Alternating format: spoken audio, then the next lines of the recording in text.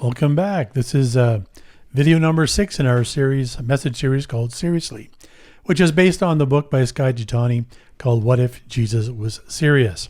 Today we're working through the Sermon on the Mount. We're in Matthew chapter 6. We're down at verse 24, where it says, "No one can serve two masters, for you will hate one and love the other, or you will be devoted to one and despise the other. You cannot serve God and be enslaved to money." So this is a popular portion of the Sermon on the Mount that people like to talk about. And it's interesting here that Jesus uses the metaphor of a slave here. It's kind of hard for us to relate to that. Yeah, we don't have that concept really. Well, at least some of us, a lot of us don't. Yeah. The idea of, that slavery and what that looks like. And I think there's a lot of just sort of even that sort of metaphor that comes through a lot in this, that we do kind of like get caught up in. If we start to think about what this means, it means that we are captured by it. Yeah. And I think in our culture, we certainly can have divided loyalties. I know some people work two jobs and they have two bosses. And so that's one consideration where it's, again, very hard for us to say that, like you just said, a slave is considered property. So he's literally can only have one master. But I think what Jesus really is talking about here is, the fact that it's an important issue. I think that's why he chose money and maybe not something else. Because, that's crossed my mind before. Why did Jesus say, you can't serve God and money? Why God and power, or God and, anything else you could think of that might replace God in our culture? There's lots of things that come to mind. So, but he chose money, and I think it probably was as prevalent today as it was in Jesus' day, or maybe even more today. Well, and you do wonder the fact that money is, let's face it, money does follow power. Yep. Or I don't know whatever, which came first, actually, is the thing. So he really could be dealing with power in that as well. But it also could be just like this, that was the greatest concern, especially in maybe the people he was talking directly in that moment, is this the idea of money, and just where, whatever money and that desire of it, or following God, eventually they're going to have some opposing things. That's true. And our culture is very based on getting more. Yep. I like watching YouTube videos, and I've learned quite a few things, but it seems like every other video that they're trying to get me to watch is how to get rich in 5 easy steps. That's very true. And, marketing, I think, is geared that way. They're always trying to give us a reason to buy something new, why our old one isn't quite good enough anymore. And so I think, in and of itself, I don't think money's bad. It's just a tool, but it's necessary. We have to have a place to live, and it puts food on the table and those kind of things. But I think it's more of a mindset, what we think about money. Yeah, and I think that's where we can go back to the idea of the slavery idea, the enslaved to money kind of idea is really what's kind of the issue. It's not money. It's not, we need it. It's not necessarily bad to have some. But when we become enslaved to it, that means that whatever makes you get more is the pathway you will choose to take, and you almost can't help yourself. And that's really what we're dealing with in this. Is, again, it's not the money in itself. It's that just like you've given your life over to the pursuit of it. Yeah. And I think part of the reason we're so attracted to it is because money gives us the illusion of control. Yep. If I have money, I can control where I live, where I eat, and if I have more of it, then if I get a better place, and it gives us that sense that we are in control, which I think leads right back to not trusting God to provide for us. And that's really comes back down to original sin from the garden, is we get to decide good and evil for ourselves. Yeah, absolutely. And money kind of empowers that. So again, money is not really the problem. The problem is that I think it's built into our nature to always want more. Well, and then I do wonder when he talks about the opposing of the two, like, you follow God, find money, you can't do both. Is again, as we talked about, like at some point they're going to lead in a different direction, and you're going to find out which one you're really serving. I think like even when you talk about, like having two jobs, like usually what happens is one job might take a little bit more of the priority and the other one kind of fills in some of the gaps. I'm thankful for that. But like there is that one, usually something that takes a bit of a priority. And I think what he's saying is like, hey, guess what? Eventually this pursuit, this love of this in slavery to money, eventually you're going to have to make a choice, and they're opposed to each other. That love of money means we will use people to get more, and we are not being loving towards people. They're just tools for us to get more money. And I think you've really hit on it there, is that you have to make a choice. And really it's about surrender. We will either surrender to Jesus and his kingdom or his way, or I will choose to be in control of myself, and money gives me the illusion that I'm in control. That's right. And and that illusion is that you got to serve someone. Yeah. As you put down the top of the notes here. I was flashing back to Bob Dylan, yeah. Back there somewhere. So Slow Train Coming, 1979, 80? Yeah, don't tell me what year. Okay. Like Jesus was very clear. I like how Eugene Peterson in The Message puts Matthew 16:24. This is Jesus talking. Anybody who intends to come with me has to let me lead. Hey, you're not in the driver's seat. I am. And so I think that's very poignant what the point Jesus is trying to make here. But let's go back to what you were talking about a minute ago. I think what really gives us the desire to have more is sort of the scarcity versus abundance issue. Oh, sure. Because our culture is based on scarcity. No matter how much we have, it's never enough.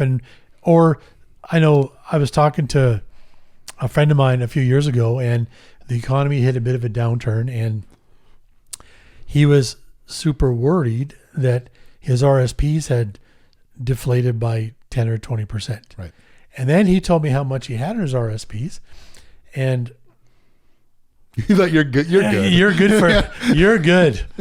I'm in trouble. You're good. But again, there's that fear that we could just lose it all tomorrow.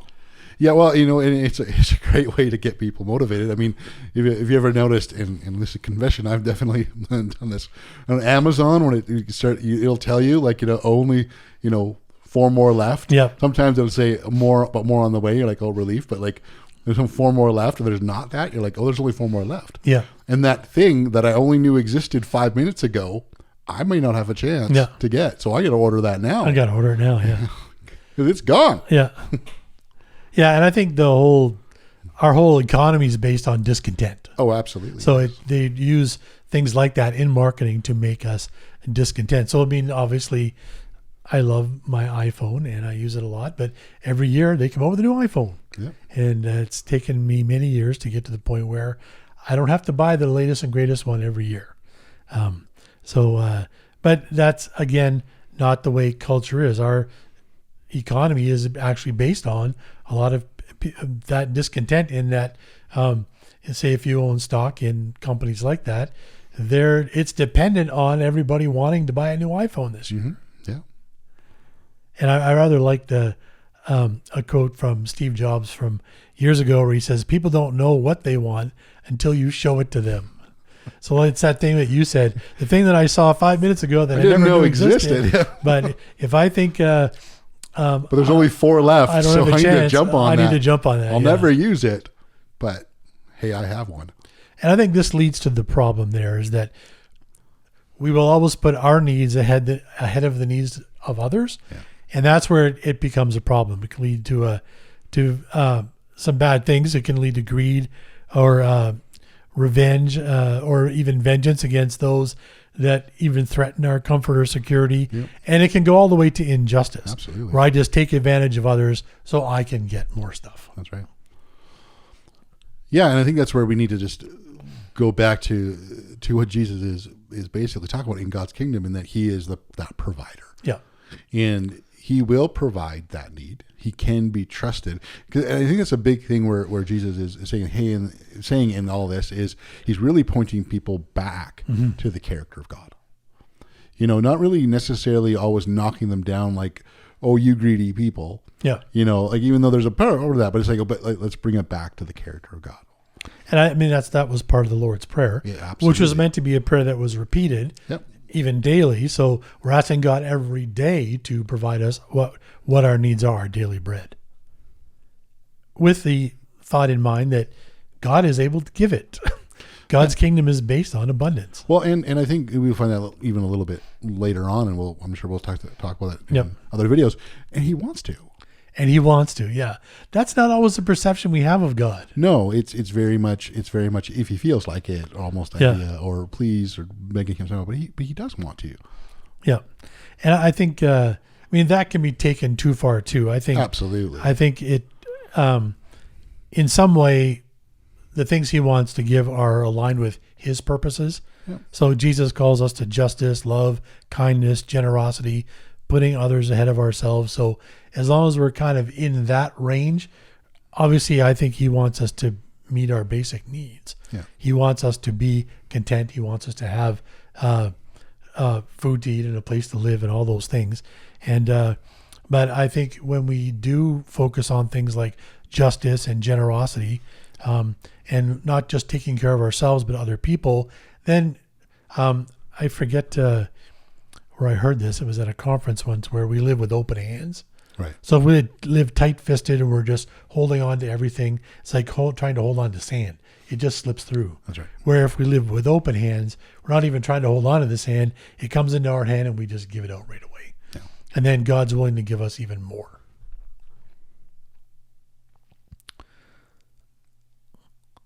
Well, let's talk about that for just a minute then. I think many Christians reduce God to a tool to get more money. I think that's called the prosperity gospel. Well, and there's a lot of talk even in Skye in a different book called With. Yeah. He will, because basically a lot of this idea is the idea we live this right way, or the correct way, certain way. And we never really look at it this way, but like it's really how he framed the idea. This is how we're trying to control God. Yeah. If I live this way, he will bless me. And it really is the idea of how do I live, living under God. And then in the whole idea of just, if I just do what he says, he will do that and I will get it. And then when it doesn't happen, we're of course. Yeah. Devastated. And in sometimes these circles, you get shamed somehow that you're deficient. Yeah. You must be deficient in some way. You've got a secret sin or I mean, I think we've all probably done this. We make a bargain with God. Oh God, if you would just give me this, then I'll do this, or I'll behave a certain way, or if you heal my mother, I'll do this or I'll do that. And we kind of try and manipulate God into working on our behalf, and that just is a short-sighted view, as we'll probably talk about coming up here. In posture, he does in that same book is that sounds very much like the living from God. So yeah. What do I need to do to get something from God? Right. So I think, as we've said, our only hope then is to actually completely surrender to God's kingdom, and that wealth is to be used for the glory of God. So how do we live in a way that we can use our money to glorify God? Well, I think we can just really see, like that he does want to take care of our basic needs. Yep. It does mean so that we don't necessarily get everything we want. Yep. But what we need. Yep. Yeah. Supporting charities. Yeah. I think it's important to support charities, particularly things I think God's given us a passion for lots of different things. I know that I personally, and our church, supports International Justice Mission, who fights for the rights of women and children around the world. And I believe if you attend a church, you should help pay for the church that you attend, and things like that. I think another thing that God expects us to do with our money that glorifies him is to be generous. Yeah. And that can be with your time or your things. And also I think that healthy mindset that we are stewards and not owners. Right. I think that could be a difficult one. I definitely don't want to sit there and say, hey, I've got that down. Yeah. I definitely don't have that down. I'm trying. a little better than I was yesterday. Yep. And I think it's just a constant reminding ourselves of that helps reset your perspective on it. So in the end, I think I think it comes down to that choice. Either we will serve God or we will serve money, but it can't be both. Yeah. Eventually the path will diverge and you're going to have to make that choice. Yeah. And it might be a difficult choice. Mm-hmm. Well, thank you so much for joining us on this video. We hope that this has stimulated some sort of conversation, maybe more thoughts that you have as you've read the book, if you've read the portion of Matthew chapter 6, and as you listen to us. There will be some questions that you can find linked into the show notes to just stimulate hopefully some more conversation around this with friends, with your missional community group. And we just hope that this just leads us to be challenged by this, that as much as we often sometimes try to serve God and money or something else, that there's a point where it might diverge and we might be at that place where we decide, which road we're going down, and to be challenged by that. So thank you so much. We will be back with another video soon.